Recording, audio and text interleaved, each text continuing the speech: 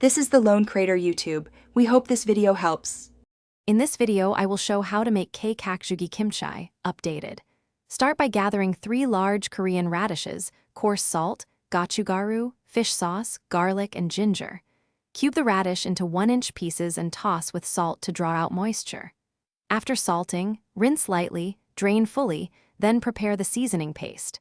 Mix everything well and pack into a jar for fermentation at room temperature. Salting is the foundation of Kkakdugi, so be thorough and patient. Use coarse salt and toss evenly. Let the radish sit until it softens slightly and releases water, usually a few hours. Rinse off excess salt briefly, then drain in a colander until the pieces stop dripping. This step preserves crunch while allowing the seasoning to penetrate, creating texture that stays enjoyable even after fermentation. Combine gochugaru, fish sauce, minced garlic, grated ginger, and a touch of sugar to balance flavors. Mix into a smooth paste. Toss the drained radish cubes with the paste until they are evenly coated and vivid red.